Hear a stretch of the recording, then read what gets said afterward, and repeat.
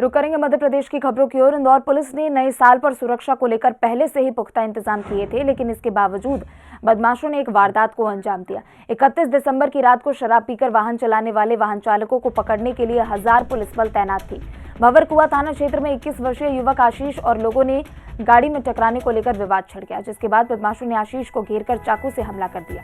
घायल को अस्पताल ले जाया गया, जहां इलाज के दौरान उसकी मौत हो गई। वहीं ये पूरी घटना सीसीटीवी कैमरे में कैद हो गई, जिसके बाद सीसीटीवी फुटेज को देखते हुए पुलिस आरोपियों की तलाश में जुट गई है।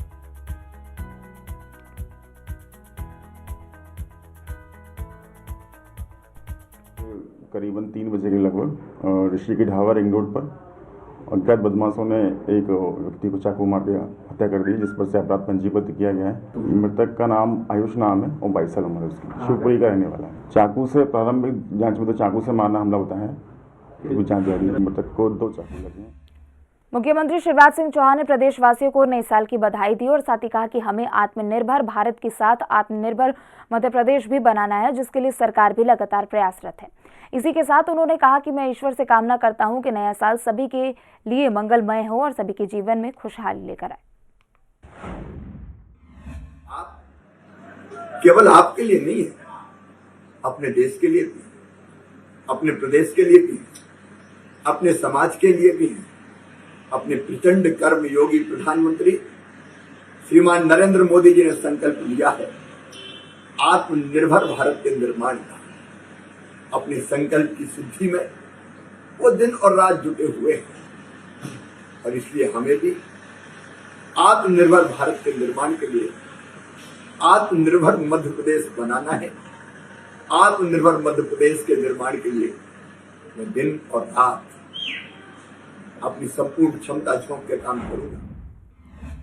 मध्य प्रदेश के गृह मंत्री डॉक्टर नरोत्तम मिश्रा ने नए साल के मौके पर बहादुरपुर में आयोजित श्रमिक और समस्या निवारण शिविर में श्रमिकों को कार्ड वितरित किया। इस मौके पर ग्रामीणों को संबोधित करते हुए डॉक्टर नरोत्तम मिश्रा ने कहा कि 15 साल पहले ग्वालियर चंबल संभाग में डकैतों की समस्या थी, लेकिन अब गुंडे भी खत्म और गड्ढे भी खत्म। भाजपा सरकार ने दोनों का सफाया कर दिया।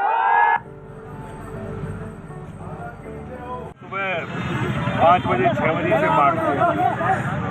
कोरोना काल में भी हमको ताज़ा खबर तो यही पहुंचाते थे। लॉकडाउन की भी इन्हें छूट रहती थी। हमने सोचा क्यों ना इनको साइकिलें भेंट की जाए, इसलिए सारे होमगार्ड को हमने नई साइकिलें भेंट कर दी। इंदौर में सॉफ्टवेयर इंजीनियर की आत्महत्या का मामला सामने आया है। जहां पूरी दुनिया नए साल के आने की खुशी मना रही थी, तो वहीं HIG कॉलोनी की रहने वाली एक सॉफ्टवेयर इंजीनियर ने 7वीं मंजिल से कूदकर आत्महत्या कर ली। बताया जा रहा है कि मृतका किसी बीमारी से पीड़ित थी। उसने एक सुसाइड नोट भी छोड़ा है। उसने अपनी बीमारी का जिक्र किया है। पूरा मामला इंदौर के तुकोगंज का है। फिलहाल पुलिस ने मामला दर्ज कर जांच शुरू कर दी है। थाना तुकोगंज पे मर्ग क्रमांक 0/1 अब्लिक 1/23 के मध्य रात्रि में एक लड़की जिसका नाम है प्रथमा, पिता प्रथमी चौक से, उम्र 23 साल, निवासी HIG कॉलोनी इंदौर की, रात में गोकुलदास अस्पताल के पास मल्टी में 2 लड़कियों के साथ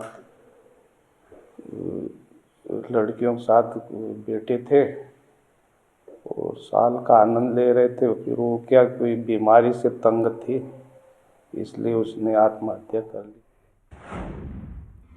मध्य प्रदेश में इन दिनों चलाई जा रही एंटी मिशन माफिया मुहिम का असर झाबुआ के मेघनगर में भी साफ देखने को मिला। शनिवार को प्रशासन ने विजय पांचाल हत्या के मामले में एक आरोपी सुनील मकवाना के घर पर बुलडोजर चलाकर उसे ध्वस्त कर दिया। बता दें कि आरोपी सुनील ने पिछले दिनों विजय पांचाल की हत्या कर शव को दिल्ली मुंबई के रेलवे ट्रैक पर फेंक दिया था। इतना ही नहीं, आरोपी पर और भी कई संगीन मुकदमे दर्ज हैं और राज्य सरकार का मानना है कि एंटी मिशन माफिया मुहिम से अवैध कमाई पर लगाम लगाने के लिए बुलडोजर की कार्रवाई सही साबित हो रही है।